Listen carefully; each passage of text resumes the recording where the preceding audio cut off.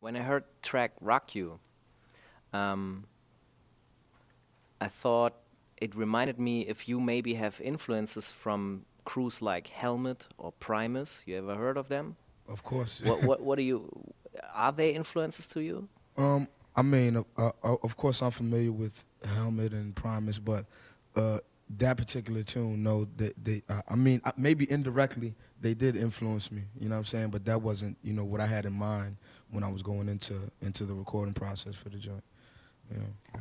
Okay, to the drum sounds. At this time, every track has a own sound for the drums, so it's like, I will not say like a normal hip hop record, but you know what I mean.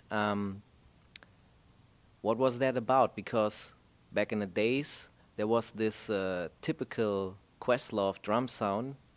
Yeah, where's that sound? I mean, on the real, the typical Questlove sound is a sound of reinvention. You know, um, I knew that I had to up the standard or up the bar for what I could do musically, and plus technology. With each year that goes by, or with each album that goes by, usually at this rate, it's like 2 years for an album.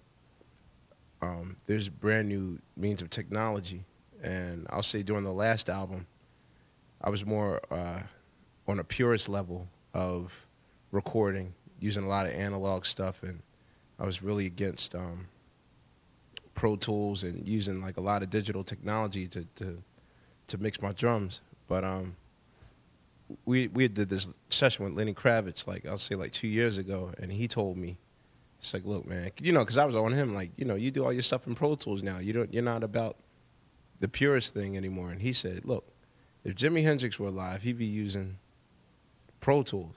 So I was like, oh, well, yeah, you're right. So pretty much during the mixing process, we just went all out with just finding different ways to experiment and to bring the drums and to dirty them. And, I mean, I just do it for my own personal pleasure. What are your thoughts about that? What's happening right now with maybe the war in Iraq and stuff like that?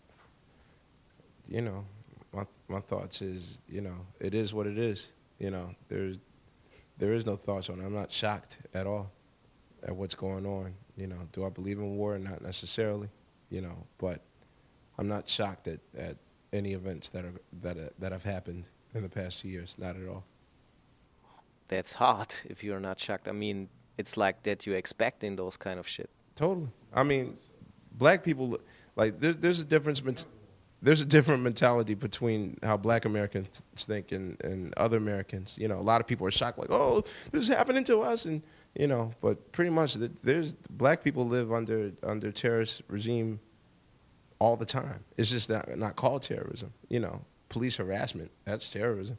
Living in subpar conditions when rats are crawling over your body, no heat, no water, bad sewage system, that's terrorism. You know what I mean? But people don't call it as such because I don't think it's only terrorism when the people that are affected by it, are people that are actually looked at as humans, and pretty much in the last 200 years, black people have just been thought to be as human, and even in the law books, like black people were thought as 3/5 of human beings, like not real human beings, but you're just 3/5 of a human.